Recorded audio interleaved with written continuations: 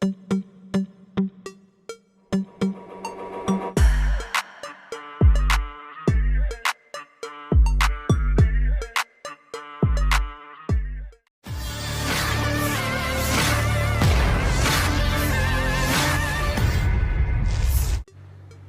pertempuran jarak dekat antara kelompok militer Rusia melawan tentara Ukraina.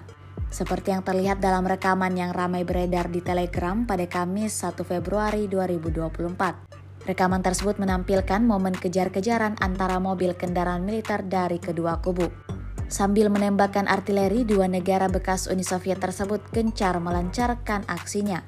Disebutkan dalam narasi unggahan, awak tank TH dan Kedor bekerja sama dengan kelompok penyerang dari Brigade Senapan Bermotor Independen ke-60 kelompok Vostok.